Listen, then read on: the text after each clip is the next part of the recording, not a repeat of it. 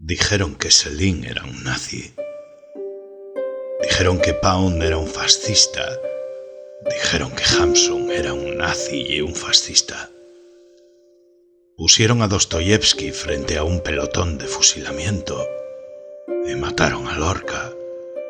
Le dieron electroshock a Hemingway y tú sabes que se pegó un tiro.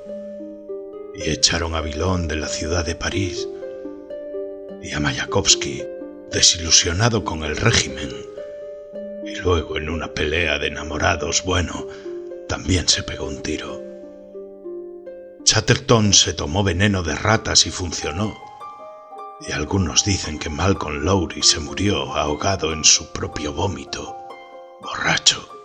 Crane se tiró a las hélices del barco o a los tiburones. El sol de Harry Crosby era negro. Berryman prefirió el puente. Plazno encendió el horno. Seneca se cortó las muñecas en la bañera. Es la mejor manera en agua tibia. Thomas y Behan se emborracharon hasta morir. Y hay muchos más. Y tú quieres ser un escritor. Es esa clase de guerra. La creación mata. Muchos se vuelven locos.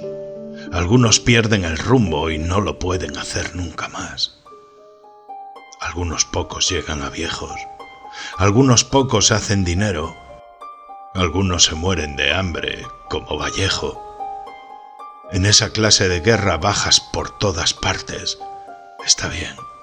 Adelante. Hazlo. Pero cuando te ataquen por el lado que no ves, no me vengas con remordimientos. Ahora me voy a fumar un cigarrillo en la bañera. Y luego me voy a ir a dormir.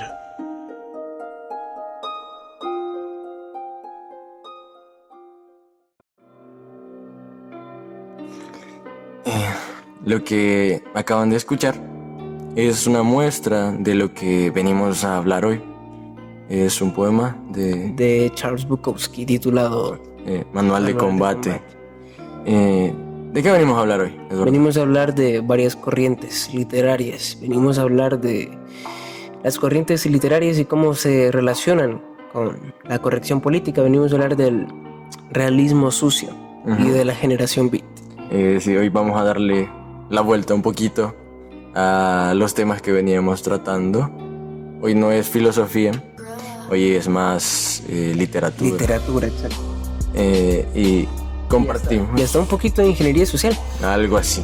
Y compartimos nosotros dos, quizás no un fanatismo, pero sí nos gusta bastante estas corrientes literarias. Exacto. Y sus representantes.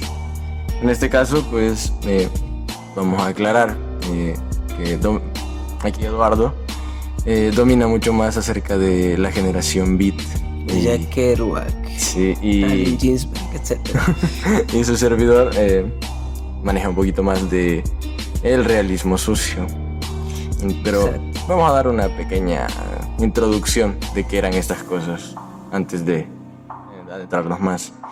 ¿Qué era la generación beat, Eduardo? La generación beat fue una generación de los años 50 que básicamente creó una revolución, y no precisamente una revolución literaria o ilustrada como algunas otras revoluciones que solo se dieron en papel, sino que fue una revolución hasta cierto punto física. Incluso hubieron juicios acerca de si deberían o no ser publicadas las obras de la generación beat, porque eran un poquito muy obscenas para las personas conservadoras del momento. Y uno de sus mayores exponentes, o mejor dicho, el mayor exponente de la generación beat es Jack Kerouac, junto con Allen Ginsberg y Lucien Carr. Sí. Ellos tres fueron los padres de la generación beat. ¿Y por qué decidimos esta vez hablar de la generación beat y el realismo sucio? Y es porque se relacionan bastante, porque el realismo sucio es denominado así porque te habla de cosas cotidianas y no tiene la necesidad de embellecer las cosas, sino que te las cuenta tal y como son y de la forma más simple posible. los escritores no tratan de buscar una forma de embellecerlo como los poemas. Exacto, no usan eufemismos para decir que las cosas son más bonitas de lo que realmente lo son. En la descripción que busqué decía que adverbios y adjetivos eran completamente nulos en las explicaciones de sus escritos. Y una característica del realismo sucio es la creación de personajes. Y la creación de personajes básicamente eran personas normales, un fontanero, cotidianas, un cartero. Sí. ¿Por qué hacemos tanto énfasis en un cartero? Porque uno de los más grandes, si no el más grande representante del realismo sucio estadounidense, alemán y estadounidense, es Charles Bukowski. Carlos Bukowski. Él fue un escritor maldito, por decirlo así. Y el poema que ustedes escucharon al principio fue escrito por él, aludiendo a los escritores. Exacto. Entonces, ¿con qué te gustaría comenzar? ¿Generación Beat o realismo sucio? Yo digo que primero hablemos acerca de si los eufemismos son realmente necesarios para apreciar el arte. Si el arte tiene que ser bello a fuerza. Vamos a entrar un poquito en la corrección política. Sí. Con lo que pasa en la sociedad contemporánea que tenemos, es que todo el mundo se ofende por todo, incluso por la misma realidad. Exacto. Por retratarla justo como es, las personas se pueden ofender. Había una canción en la cual hablaban acerca de eso. En esta sociedad todos nos creemos y creemos la mentira. Nadie aguanta la verdad. Y es bastante cierto, porque un ejemplo de ello es que no podés hablar libremente ni expresar tus ideologías hoy utilizamos redes sociales. Entonces, el arte, que en este caso es literatura, utiliza palabras antes de burdas. Yo quiero dar esta explicación, y es que las palabras per se no son malas. No son ni buenas ni son malas. Las palabras tienen un significado. Sin embargo, cómo se tomen esas palabras, o con qué tono se digan, o con qué forma se digan, es el significado que le vamos a dar. Y hoy mientras... Lo que es malo o bueno es la persona que las pronuncia. Algo así como la explicación que daba Platón acerca de la retórica. La retórica no es buena ni mala, sino quien la usa. También la información. La información, sí. Porque el hecho de cómo fabricar una bomba no te hace un terrorista. Ni hace que vayas a matar 500 personas. Es más, podés armar una bomba y matar muchas personas, o podés, en una situación de riesgo, desarmar esa bomba y salvar a o muchas incluso personas. Armar una bomba y, no sé, explotar un campo para poder minarlo de manera correcta. Puede ser. Entonces, la información, las palabras y todo realmente no son buenas ni malas, sino es lo que se hace con ellas. Entonces, la generación Beat se caracterizaba por utilizar muchas palabras altisonantes, digamos. Les gustaba chupar penes y tragar semen y que se los cogieran por el culo mientras los serafines los miraban a los ojos, probablemente así. Y justamente, sí, literal, eso dicen los escritos de Allen Ginsberg en Howl, Aullido. Es como que ahorita más de alguno del que lo acaba de escuchar se ha de haber sentido incómodo. Sí. O ha de haber dicho, no estoy acostumbrado a escuchar estas palabras. Y es interesante, porque si te acabas de sentir incómodo o, no sé, ofendido, ojalá que no, pero prueba lo que estamos queriendo decir. En esta sociedad se ofenden por decir las cosas de una manera de la cual quizás no es normal, pero ¿quién soy yo para decir que es normal? Entonces, ¿Qué crees que hubiera pasado con la corrección política de aquel tiempo? Es muy De parecida a la... De hecho, muy parecida a la moderna, porque, como te comenté al principio, hubo un juicio acerca de si se debería o no se debería publicar, o se deberían haber publicado las obras de la generación Beat, sobre todo Aullido. ¿De qué trata Aullido? Aullido trata acerca, bueno, empieza diciendo I saw the best minds of my generation destroyed by gladness. Vi a las mejores mentes de mi generación destruidas por la locura. Entonces habla de cómo se está decayendo la generación, bueno, de ese momento, que era de los años 50. Y después empieza a hacer una oda, más o menos una oda al estar loco. Al ser poeta y al ser minoría y al ser destruido. Entonces, bueno, si nos ponemos a pensar, la generación de antes es mucho más conservadora que la de que la de hoy, por mucho. Sin embargo, hay una característica, es que te has dado cuenta que la mayoría de movimientos actuales, sociales, son, a veces, la mayoría son de izquierdas, son liberales. Sin embargo, se ofenden todavía más que si fueran conservadores. ¿Por qué crees que se da esto en nuestra época? ¿Qué crees que cambió para que la gente se ofendiera tanto por cosas que, recuerdo, hace 6, 7 años no ofendían de esta manera? Creo que es porque la gente ahora siente la libertad de ofenderse.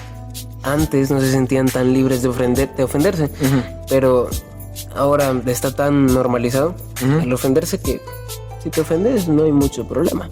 De hecho, incluso hay personas que directamente tienen miedo de comentar algo en internet porque tienen miedo de que los publiquen en un tweet y les caiga el peso de la sociedad, ya no de la ley, pero de la sociedad. La sociedad, que es todavía peor. Que es todavía peor, exacto. Tiene la capacidad de destruirte, básicamente. Como este niño argentino creo que era, o chileno, no me acuerdo.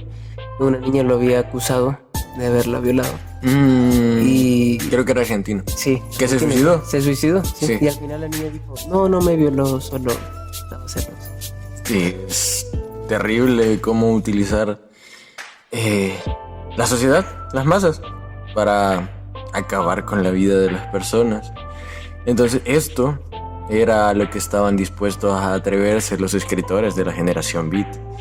Estaban dispuestos a ser criticados, a ser señalados y a tratarlos como lo peor de la sociedad, solamente por la forma de cómo expresarse. Entonces el lenguaje en aquel tiempo era un poquito, diferente. Sí. Aunque hoy en día está bastante normalizado el decir, entre muchas comillas, malas palabras o expresiones burdas. Sí, siento que, bueno, en aquel tiempo, que voy a distar un poquito de tu opinión, siento que en aquel tiempo también estaba normalizado decirlo, pero no en lenguaje coloquial, pero no en el arte, porque en el arte nadie escribía canciones que utilizaran palabras tan fuertes, o nadie escribía poesía. Es como que el arte tendría que ser formal.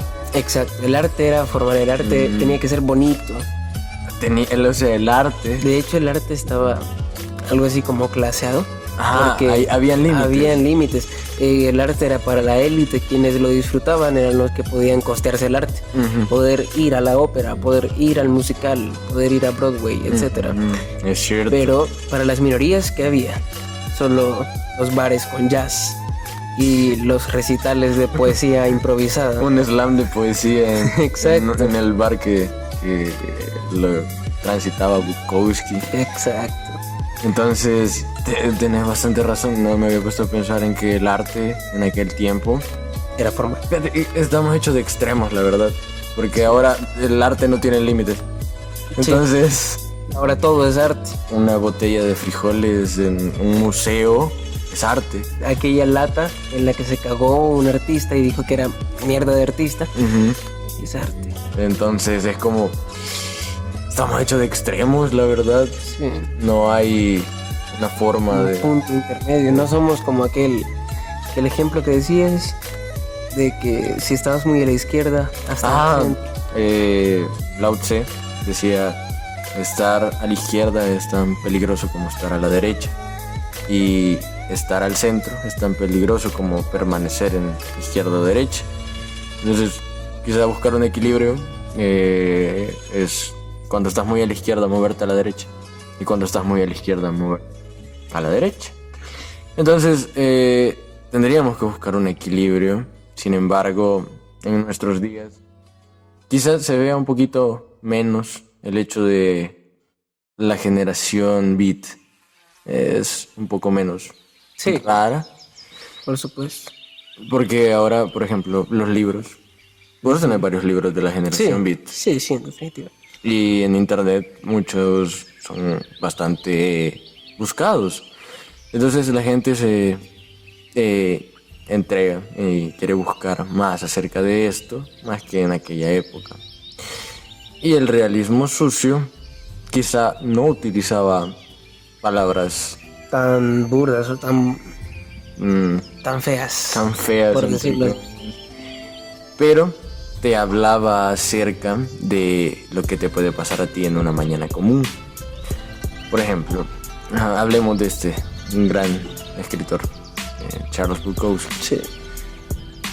Fue un escritor y poeta alemán, de origen alemán, pero radicado en Estados Unidos. De hecho, creo que solo nació en Alemania y pasó como 3 meses.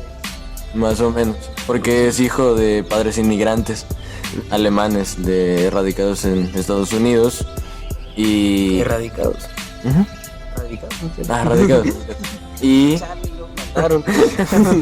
Lo metieron en un campo de concentración. Alemanes, sufran lo que sufrieron los alemanes, los judíos, los perdón. judíos. Y ahí fue el que los erradicaron. Y tienen una característica bastante notable entre varios escritores de la generación beat y del realismo sucio, es que fueron discriminados de pequeños. Sí, exacto. Han tenido una infancia. Siempre fueron minorías. Ujú. De hecho, lo que mencionaba de que era un poco elitista el arte en aquella época era que las minorías no podían disfrutar del arte, tampoco podrían generar arte, o al menos arte para su propio disfrute, o arte para sí mismos, porque de lo que habla la generación beat y todo eso es acerca del arte expresado desde los suburbios, Ujú. desde la pobreza, Ujú. desde y para la pobreza. Yes. Era un arte hecho por pobres, hecho por negros, hecho por jazzistas, hecho por gays, hecho por no sé qué otro tipo de minorías puede haber, pero hecho por las minorías para Las minorías. Exacto. Exacto, entonces el hecho de la discriminación y también de los inmigrantes, porque la mayoría fueron de padres inmigrantes, la verdad, puesto que John Fante es un escritor del realismo sucio, básicamente Charles Bukowski en él se inspira.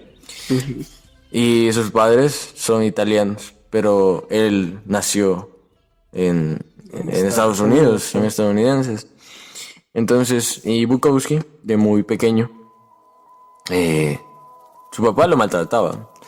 Vivían en una casa, es más, creció en la Gran Depresión de Estados Unidos, la del 29. Entonces, también le surgió una deformación en la cara, una rara enfermedad hizo que se le deformara. Entonces, fue todavía Era doblemente minoría. doblemente discriminado por las personas. Entonces, todo eso influyó en su forma de escribir, en su forma de relatar las cosas. Por ejemplo, su primer novela, que no es una novela, sino su primera obra, Cartero. Cartero, se trata. Él crea un alter ego que se llama Henry Chinaski, Henry Chinaski, sí. el cual es realmente Bukowski, pero llamándose de otra forma y plasmado en los libros. De hecho es lo mismo que Jack Kerouac en On the Road. Cuéntanos ahí, ¿qué dices? Sí, también Jack Kerouac básicamente es su obra máxima, On the Road. Ujú. Y él hizo más o menos una autobiografía en On the Road, porque decía que los que nacieron en el camino eran los verdaderos talentosos. Ujú. Ajá. Entonces, tendían estos escritores a crear personajes iguales a ellos, solo que con otros nombres, para ser personajes en sus obras. Y en Cartero es básicamente autobiográfica, porque Bukowski estuvo trabajando la mitad de su vida de cartero En la post office. en la post office, entregando cartas, sellando, etc. Entonces, no tuvo una vida muy Muy plena.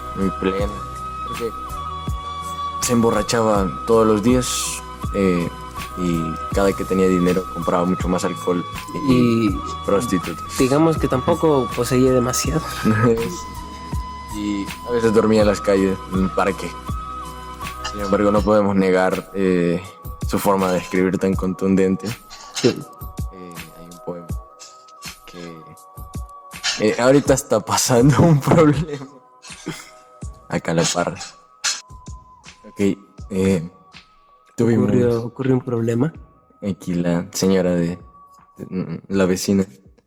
Está, creo que lavando los trastes. Sí. Y estaba haciendo ruido. Y nosotros estamos en el patio.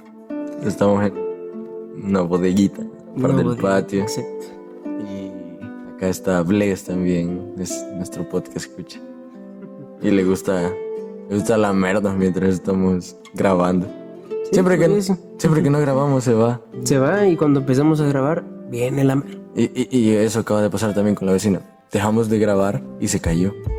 Ahorita estamos grabando y está, creo, ordenando los tenedores y las cucharas. Sí. Así se escucha. Eso podría ser un ejemplo de un relato Cotidiano. del realismo sucio, la verdad. Relato sucio. Yo creo que yo podría ser escritor del realismo sucio. El realismo sucio. Básicamente solo tenés que escribir cosas cotidianas de la forma más simple posible. No tenés que dar grandes historias como, ¿qué? Harry Potter. O, de hecho, podríamos ir a su contraparte no sucia, el realismo. Como Benito Pérez Galdós. En Misericordia, por ejemplo. Que da una descripción tan real de lo que es ser una ama de casa. Pero no una ama de casa con tu propia familia, sino a lo que me refiero es una muchacha, una sirvienta. Y también cómo es ser un ciego, y etcétera. Entonces, trata de un pueblito. Pero en general es ese realismo puro. Okay. Ese realismo es darnos a entender y enseñarnos lo que no vemos, pero es parte de la realidad. Exacto. Estoy siendo muy descriptivo. Demasiado descriptivo. Ahora, de hecho, hasta pasando por el método científico. En Ahora, cambio, el realismo sucio. te da cosas cotidianas, pero no de una forma muy explicada. Exacto. No es como hoy en la mañana me levanté con unas inmensas ganas de beber alcohol, sino que Bukowski diría, me embriagué esta mañana. Sí. Entonces, O me levanté y había una moneda de a 5 centavos tirada en el piso, así que me quedé viéndola por aproximadamente 20 minutos mientras el aire de la ventana entraba y soplaba en mis ojos, y eso hizo que mis ojos se hicieran un poco más rojos de lo normal. Sino que ese es realismo. ese realismo, así que Bukowski diría, el viento estaba fuerte y se me pusieron rojos los ojos. Ajá, es simplificar todo a lo necesario para entender algo. Ese es el realismo sucio, básicamente. Y realmente entender lo cotidiano. Entender lo que le pasa a cualquier persona. Nosotros somos... leemos un poquito Sí, más de la mayoría, más que la mayoría. Y hemos visto también los contrastes que hay en cuanto a poesía y en cuanto a literatura en sí. Algunos te dan bastantes arreglos, son más poéticos y tratan de embellecer las cosas cuando quizás no es necesario. Exacto, sí. para dar a entender algo. Por ejemplo, hay un poema que me gusta bastante, que es de Bukowski, y es lanzar los dados. Lanzar los dados dice, si no estás dispuesto a ir hasta el final, ni siquiera lo intentes. Ni siquiera lo intentes, exacto. Y te plantea un escenario en el cual pierdes dinero, pierdes trabajo, pierdes comida, pierdes casa, pierdes familia y pierdes esposa, hijos, etc. Pero él plantea que realmente esos son distracciones en las cuales solo te están probando qué tan fuerte y qué tanto quieres lograr las cosas. Entonces, un poeta diría, ¿no diría eso? ¿O lo diría? ¿Qué creemos? Yo creo que sí lo diría. Pero no de esa forma. Pero no de esa forma, No. exacto. Lo diría con ideales un poquito más fuertes, algo así como el romanticismo. Vale. Enamorado de la idea de ser poeta, enamorado de la idea del arte.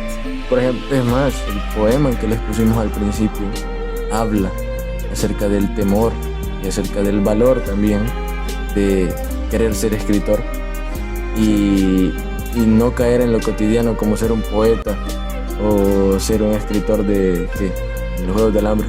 Del amor, Ajá, de es, hablar de Julieta, te amo mucho. Es la poesía, la poesía. un poco, Eres tú. ¿no? Nos parecemos un tanto a eso porque lo que nosotros hablábamos hace poco, es más, dato curioso, hoy estamos grabando en miércoles y, Sí. hoy se tiene que subir esto Sí, porque hemos estado algo ocupados. algo ocupado, sí. Entonces, la semana pasada estábamos decidiendo de qué hablar esta semana y surgió el hecho de que nosotros queremos crear un público objetivo. Sí. Quizá no un público al cual no darles lo que les gusta. Por ejemplo, no sé, alguien quisiera que habláramos sobre ¿qué? El reggaetón, Sí, por ejemplo. Pero vamos a hablar de las cosas que a nosotros nos gustan y a ver si encontramos gente que le también le gusten guste. las cosas que a nosotros nos gustan para crear un público al cual, sea lo que sea que subamos, le atraiga. Sí. Y quizá no complacer a las masas, Ujú.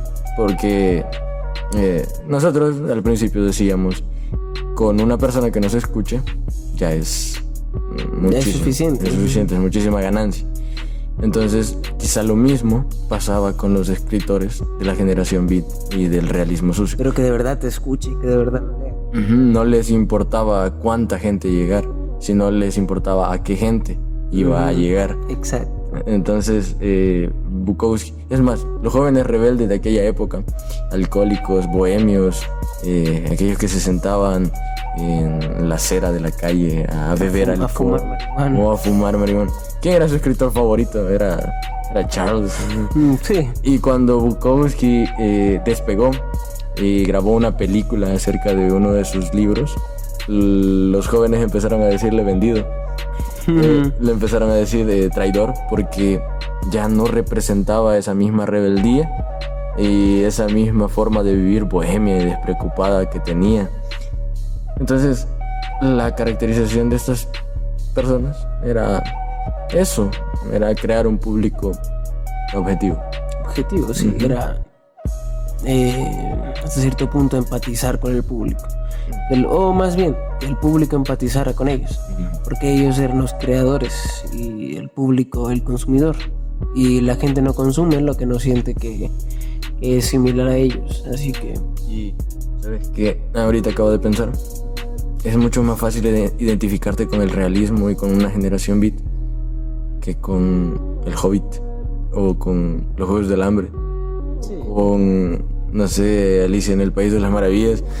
Es mucho más fácil identificarte, por lo tanto, más... tienen un impacto diferente. Porque si bien el realismo sucio y la generación beat, etcétera, modifican más bien tus ideales, tu cosmovisión, cómo ves el mundo en general. Sin embargo, Alicia en el País de las Maravillas, El Señor de los Anillos y Harry Potter. Solo es entretenimiento. Es como ver una película de Navidad como mi pobre angelito.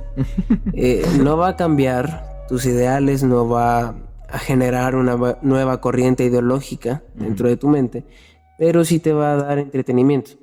Así que tiene dos maneras diferentes de impactar. Sí, entonces el realismo sucio con la generación beat eran formas de expresión para aquellos que no podían expresarse y le gustaba la vida. O quizás no le gustaba, bueno, a Bukowski le gustaba la vida, sí. O sea, una vez le ofrecieron publicar uno de sus escritos en una revista y él se negó. Dijo que no quería que le publicaran sus escritos en una revista, mientras que yo diría que sí. Sí, porque ganaría dinero y sería un poquito más feliz, pero para él no constituía el dinero una felicidad. ¿Sabes? Hablando de felicidad, me recuerdo malditos escritores y poetas malditos. Sí, los poetas malditos como Baudelaire. De hecho, otro Charles Baudelaire. Y Arthur Rimbaud también. Era un jovencito, la verdad. Sí, era un jovencito, sí. Un niño. De cáncer, creo que fue. No sé si.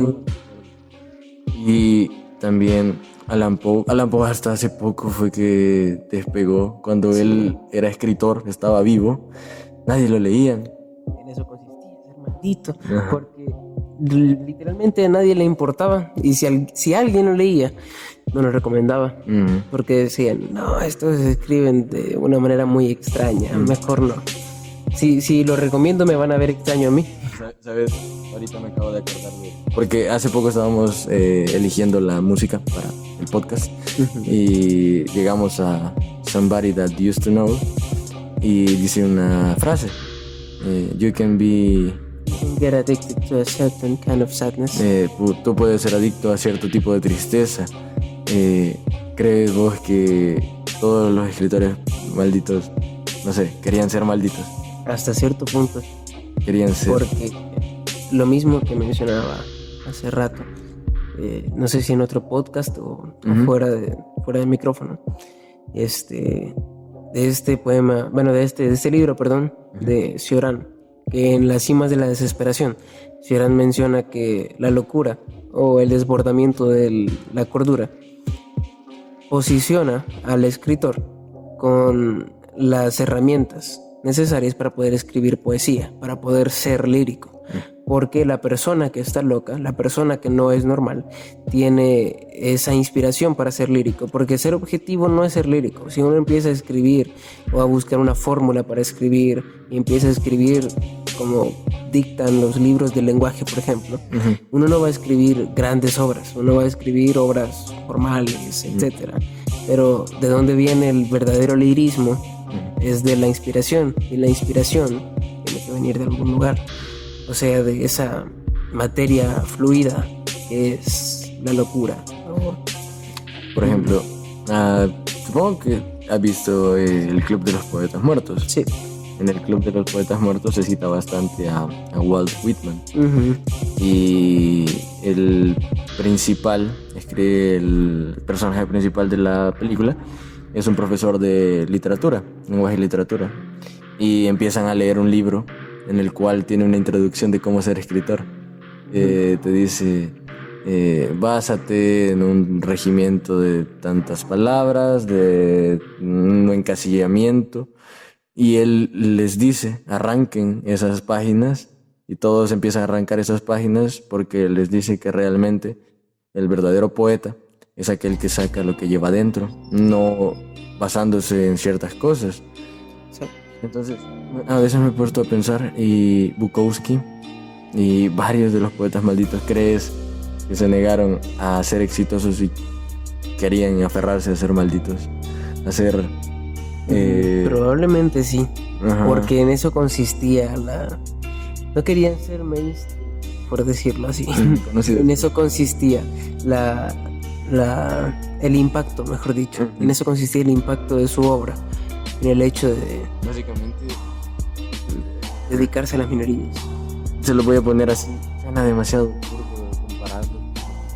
Es como los emos. Sí, algo así. Ajá, los emos, los que quieren ser, son emos, son, o los que fueron, porque ahora creo que ya no existen. Ya no existen probablemente.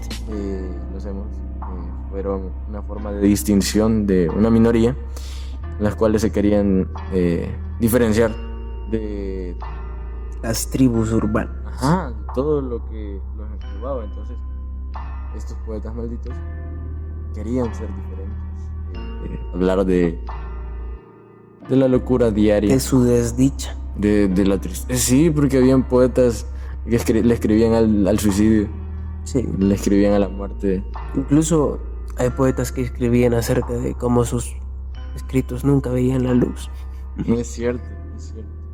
Y ahorita me acabo de acordar de una frase de Bukowski que hablaba sobre la muerte. Encuentra lo que amas y deja que te mate. Entonces él encontró el amor hacia la escritura y básicamente la escritura fue quien lo mató porque bebió tanto. Era un alcohólico, ¿cómo se dice? Empedernido. Empedernido, el cual él decía, no escribía alcohólico, porque creo que es imposible llegar a escribir estando Sí. en un estado alterado de la conciencia, pero ya al día siguiente con resaca se ponía enfrente de la máquina de escribir y relataba. Por ejemplo, hay ¿cómo se llama? Un mito acerca de cómo escribía Allan Poe. Dicen que, no sé, se ponía bien pedo para que escribiese y le saliesen esas historias tan retorcidas y macabras Como lo que decía Schopenhauer acerca de Hegel. Schopenhauer decía que Hegel escribía borracho. Que al final, cuando se despertaba, intentaba darle sentido a lo que escribía. Era como un borrador lo que hacía. Sí. Y de ahí De ahí lo justificaba, decía, no, es que escribí esto porque esto y esto otro. entonces, Sí, era un detractor bastante fuerte. entonces Imagínate que uno de tus detractores más grandes sea Schopenhauer. No, qué terrible. un filósofo pesimista. Exacto. Básicamente él también fue un escritor de la tristeza, del suicidio, de la muerte. Sí. Teoría. Igual que Cioran. Se caracterizaban por escribir hacia el morir. Entonces, esas son las corrientes de las que veníamos a hablar hoy. Sí. ¿Cuánto llevamos ya? Llevamos, no sé, ¿Cuánto teníamos cuando nos interrumpimos? 19 minutos. 19 más 16. Bueno, redondeamos 20, 36, 36 Ajá, minutos. 35 minutos. Más o menos. Este no va a ser tan largo porque es literatura. es básicamente venir a exponerles lo que fueron. Y Solo, bueno, al menos yo quiero hacerles una pregunta acerca de si realmente ustedes consideran que es necesario decir palabras soeces o palabras un poco más vulgares de lo normal, usar disfemismos para expresar el arte. ¿Se puede decir lo mismo sin utilizar esas palabras? ¿O el hecho de utilizar esas palabras hace que sea el impacto que se requiere? El significado cambia si se usan palabras burdas o si se usan palabras técnicas, formales. Exacto. Sí pueden dejarlo ahí en los comentarios y darnos a conocer qué opinan acerca de si para ustedes está bien o es correcto escribir de una forma burda y obscena o de una forma formal y técnica. Y creo que eso es todo por hoy, ¿verdad? Sí. Vamos a ver qué. Esperemos que sí lo podamos subir mañana. Ojalá. Yo digo que sí. Si no, viernes. Igual siempre les cae la notificación tipo 1 de la mañana. Sí. Se tarda como 2 horas y media más o menos en subir. Más edición, así que esperemos que los puedan escuchar jueves. Ojalá. Sí, así que Nos vemos el siguiente el jueves. siguiente jueves vamos a tratar de ser un poquito más responsables. Ok.